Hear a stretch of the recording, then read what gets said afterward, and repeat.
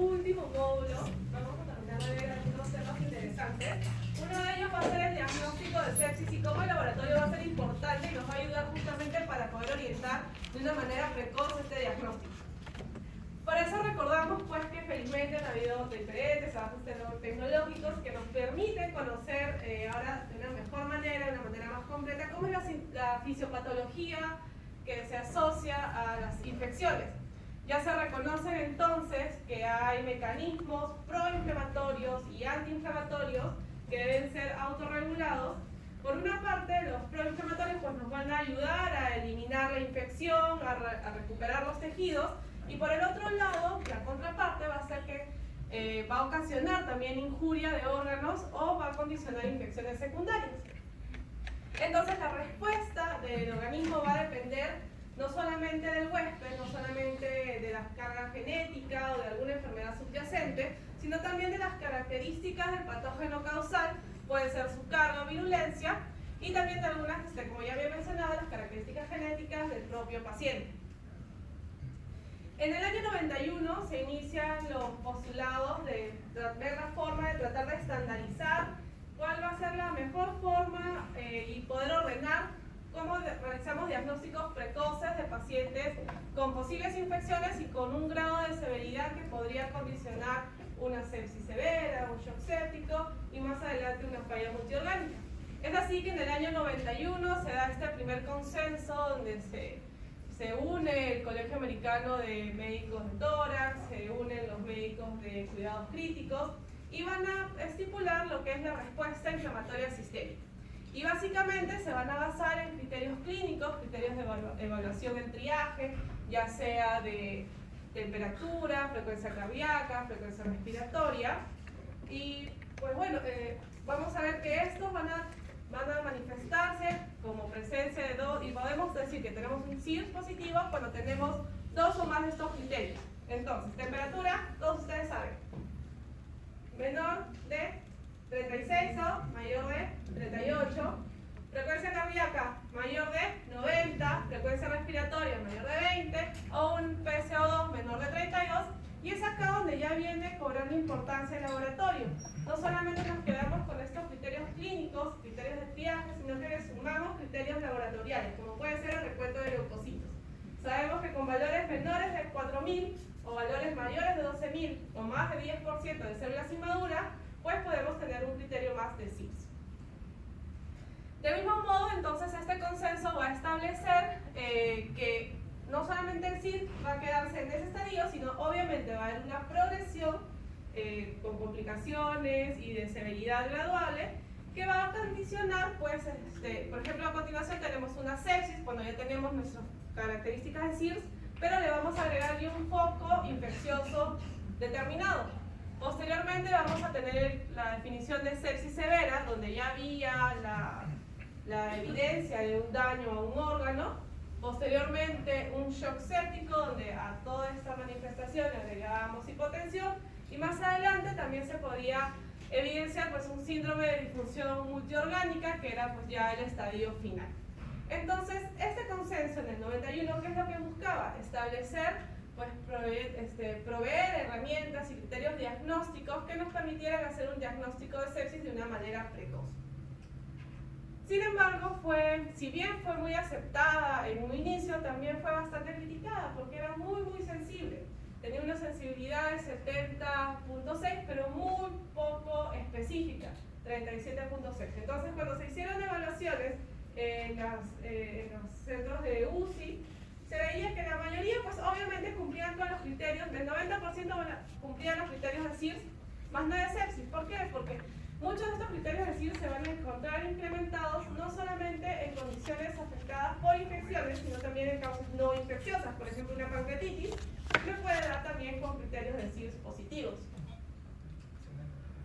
Luego, después de todo este revuelo, tenemos que en el 2001 se volvieron a replantear estos criterios y se estableció una lista mucho más larga y engorrosa, también trabajada por la Sociedad Americana de Cuidados Críticos, diferentes organizaciones, y van a recomendar pues que los criterios de sepsis, sepsis severa y shock séptico del año 91 se debían mantener. Pero para eso agregaban otros muchos criterios, por ejemplo, ya habíamos mencionado la fiebre, la hipotermia, la frecuencia cardíaca, frecuencia respiratoria. Ya acá agregaban lo que era alteración del estado mental, la presencia de edema, incluso ya valoraban la presencia de hiperglicemia con valores por encima de 110 en ausencia de un paciente diabético. Parámetros inflamatorios, como ya mencionaban, por ejemplo, la leucocitosis, ya lo habíamos visto en el CIR con valores por encima de 12.000, o una leucopenia con valores debajo de 4.000. Tenemos también el recuento de células inmaduras por encima del 10%. Agregaban otros biomarcadores como puede ser la proteína C reactiva con valores en 2 desviaciones estándar por encima de su valor normal. Mencionaban también otro biomarcador interesante que es la procalcitonina. Algunos parámetros hemodinámicos ya también trabajados, la hipotensión, saturación venosa de oxígeno. Parámetros de disfunción orgánica, teníamos la hipoxia arterial, la liguria aguda. El incremento de creatinina, vemos que acá nuevamente el laboratorio va siendo necesario. Incluso también, si es que se asociaba a algún trastorno de coagulación, teníamos pues que valernos del TP, el INR o el TTP. Trombocitopenia, era necesario hacer un recuento plaquetario, donde vendría a tener valor por debajo, recuento de plaquetas por debajo de 100.000. Y también lo que es la hiperbilirrubinemia con una bilirrubina total en plasma por encima de 4. Asimismo, agregan este último acápite de parámetros de perfusión tisular, que son los que luego van a permanecer, como es la hiperlactatemia, que es el lactato en suero por encima de 3. Asimismo, también se realizó un simposio de Merinov, que fue un foro internacional de sepsis, donde van a darle una nueva definición al criterio de sepsis, donde no solamente menciona pues, que es una afección potencialmente mortal que se va a producir cuando hay una respuesta del cuerpo a una infección atacando los propios tejidos y órganos. Va más allá y va a dar una definición ya molecular, donde justamente le da valor a estas moléculas derivadas tanto del huésped y productos extraños que van a converger sobre los mecanismos moleculares que producen una activación desequilibrada de la inmunidad innata. Entonces, ¿qué va a suceder? Estas moléculas extrañas y endógenas van a interactuar justamente con los receptores de reconocimiento, que van a ocasionar entonces de la liberación de mediadores que van a producir signos y síntomas de sepsis. Posteriormente, ya en el 2016, va a haber otra revisión, y esta es con la que ya trabajamos en la actualidad. Tenemos que se realiza este consenso del sepsis 3, donde se van a actualizar estas definiciones de sepsis y de shock séptico. Vamos a ver que el concepto de sepsis severa va a desaparecer. Y básicamente, pues, redefinimos nuestro diagnóstico de sepsis con un foco infeccioso, ya sea nivel pulmonar, hematológico, identificado a través de un hemocultivo, o de repente de origen urinario, un foco urinario, y le debemos asociar algunos criterios que se han denominado como SOFA. Para esto se van a valer de criterios de perfusión a nivel respiratorio, también criterios neurológicos, algunos criterios cardiovasculares, criterios metabólicos, criterios hematológicos y criterios renales. Entonces, este consenso, ¿qué es lo que va a hacer? Va a definir la sepsis como una disfunción orgánica potencialmente mortal. Acá ya comenzamos a tener el tema de valorar el riesgo y la severidad del cuadro asociado a la mortalidad, causada por una respuesta disregulada del huésped a una infección. Con mayor detalle, entonces vemos qué parámetros son. Pues tenemos parámetros respiratorios, la presión arterial de oxígeno sobre el FIO, tenemos que valores por debajo de 400 ya comienzan a sumar puntaje. Luego tenemos ya pruebas de laboratorio importantes donde debemos medir el recuento plaquetario. Con recuentos menores a 150.000 comenzamos a tener puntaje. Luego criterios metabólicos de función hepática, tenemos las bilirrubinas con valores por encima de 1.2 de bilirrubinas totales, sumamos criterios en el SOFA. Luego tenemos criterios cardiovasculares como la presión arterial media con valores por debajo de 70 y ya con uso de vasopresores que me permiten mantener esta presión arterial, pues agrego criterios de severidad. Luego tenemos la evaluación del sistema nervioso central, la escala de Glasgow, que todos nosotros sabemos trabajarla. Tenemos que por valores por debajo de 14 comenzamos a sumar puntaje. Y criterios renales, donde también va a ser muy importante la participación del laboratorio, porque voy a trabajar con los valores de creatinina. Con creatinina mayor a 1.2, pues voy sumando criterios de severidad. ¿Qué es lo que sucede? Está muy bonita la tabla, muy elaborada, pero no solamente se queda ahí, sino lo que me va a interesar es obtener el valor para poder calcular la mortalidad esperada o la mortalidad probable que podría tener nuestro paciente. Vemos que con un SOFA, con un score por encima de 15, la mortalidad se eleva francamente a un 90%, con un valor entre 0 y 6, esta se mantiene por debajo del 10%. Si bien estos criterios son bastante largos, son bastante detallados, de repente nos van a costar un poquito más de tiempo poder tener tanto los valores de recuento plaquetario, creatinina, etc. Hay otros criterios que son el Quick SOFA, que nos va a permitir establecer justamente este riesgo de sepsis, este riesgo incrementado directamente en emergencia, en la cama del paciente. Vamos a tener que se va a basar en la evaluación de la frecuencia respiratoria mayor o igual a 22, alteración de la conciencia y la presión sistólica. Incluso existen aplicaciones o herramientas donde nosotros vamos a ingresar estos valores. Por ejemplo, tenemos, acá les pongo el link, donde vamos a ingresar si es que mi paciente está en UCI, si no. ¿Tiene alteración mental? Si no, voy a realizar el conteo de frecuencia respiratoria, coloco el valor y el valor de presión sistólica. Frecuencia respiratoria en 30, presión sistólica en 90, me calcula y me indica incluso que mi paciente debería, si no está en UCI, tiene un riesgo de 23% de mal pronóstico. E incluso de manera rápida, yo ya en emergencia, con solo estos tres criterios, yo podría valorar si es que mi paciente se me va a quedar ahí y lo tengo que derivar rapidito, lo tengo que hospitalizar y pasar a UCI, o lo puedo manejar en emergencia y dar luego alta a su casa. Entonces este grupo de trabajo también ha definido el shock séptico como una subcategoría de la sepsis. ¿Qué es lo que ha pasado? En donde ya van a haber alteraciones circulatorias y de metabolismo celular que van a ser lo suficientemente graves para considerarse probabilidad de mortalidad. Entonces, para criterios de shock vamos a tener ya nuestra sepsis diagnosticada, es decir, nuestro circo, los criterios antiguos, es decir, como un foco infeccioso, pero vamos a tener que se va a agregar hipotensión. Esto es básico, hipotensión. Y si es que encima voy a requerir el uso de vasopresores para mantener una presión arterial sistólica por encima de 65, una presión arterial media por encima de 65 miligramos de mercurio, o si encuentro un nivel de lactato por encima de 2, ya estoy haciendo un diagnóstico de shock séptico.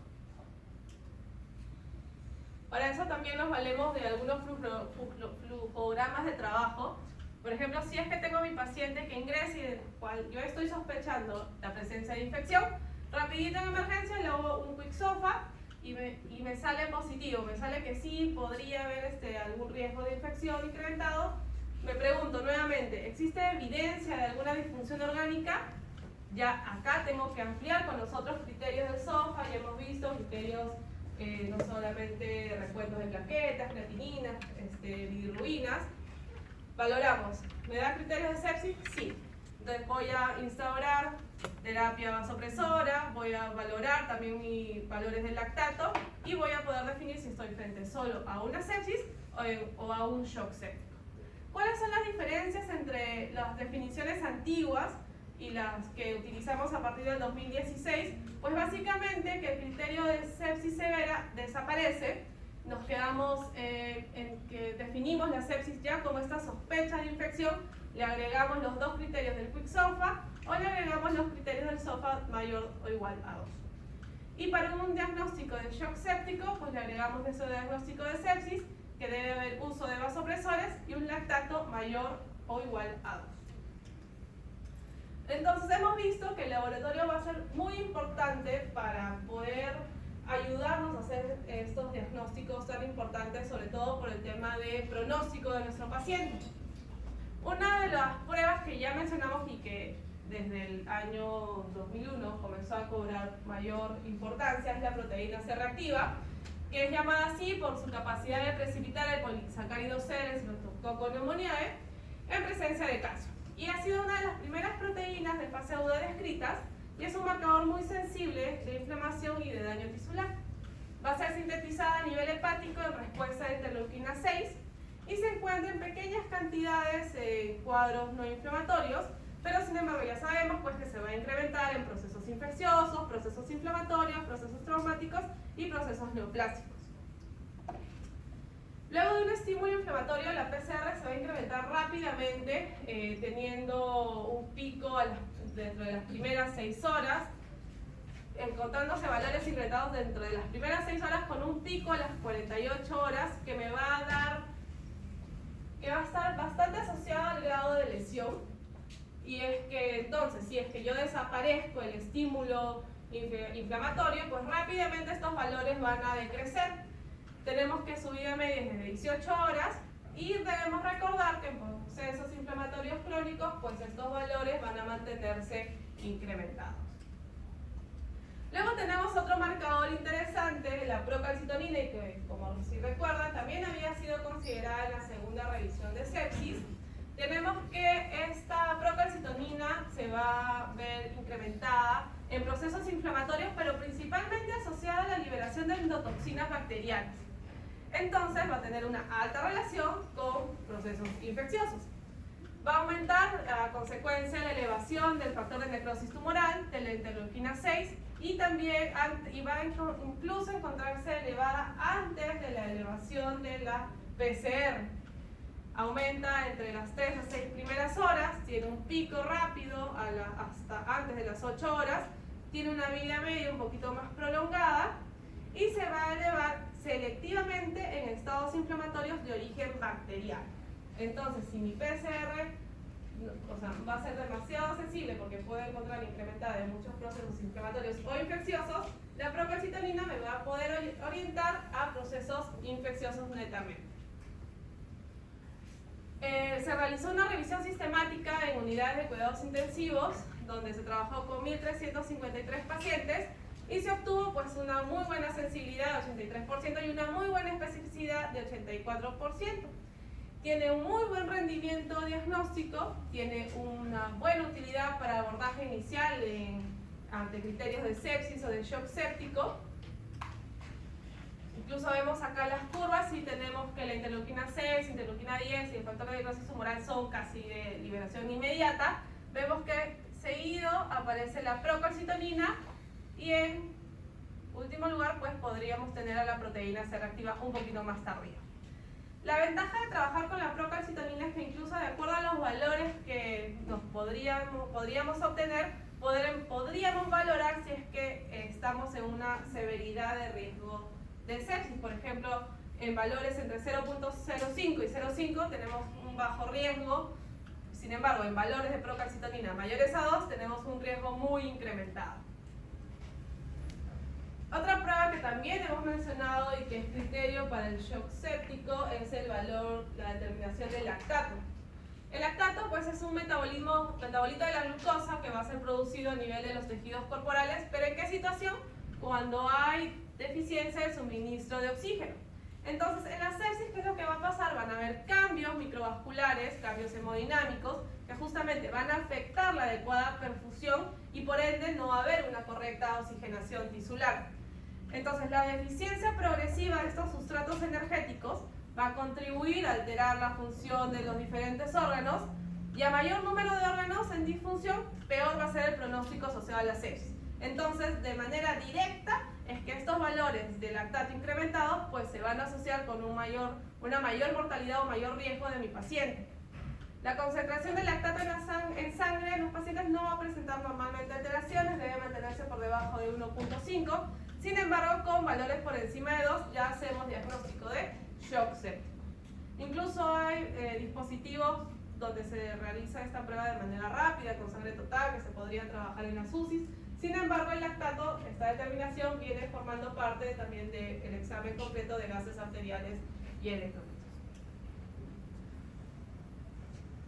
Entonces, al momento de evaluar cómo es que voy a manejar el cuadro de sepsis en mi paciente, tengo que valorar si es que mi paciente está estable hemodinámicamente, si es que ya he detectado el cuadro infeccioso, lo tengo controlado.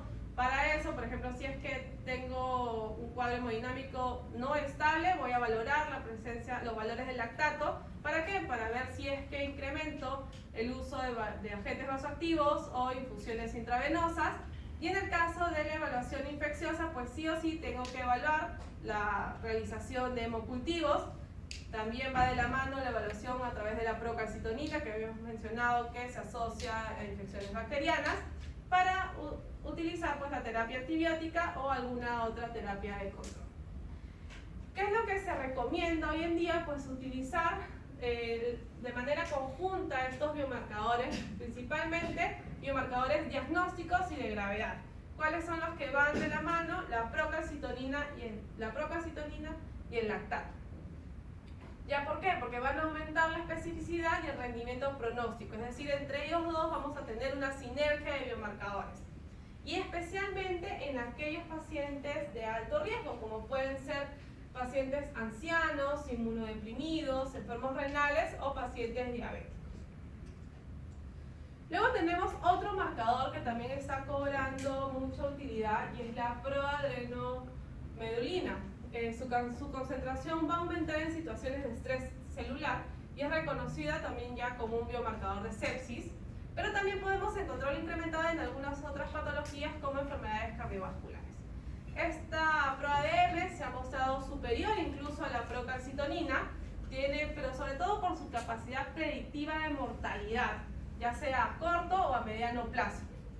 Sus valores, sin embargo, tenemos que tomar en consideración que van a aumentar con la edad, entonces en pacientes mayores de 70 años vamos a tener que corregir los valores. Aparte de estos que ya hemos mencionado, tenemos otros biomarcadores que no solamente van a destacar por su capacidad diagnóstica, sino también por la capacidad pronóstica de predecir pues, una mala evolución, la posibilidad de desarrollo de shock séptico y mortalidad.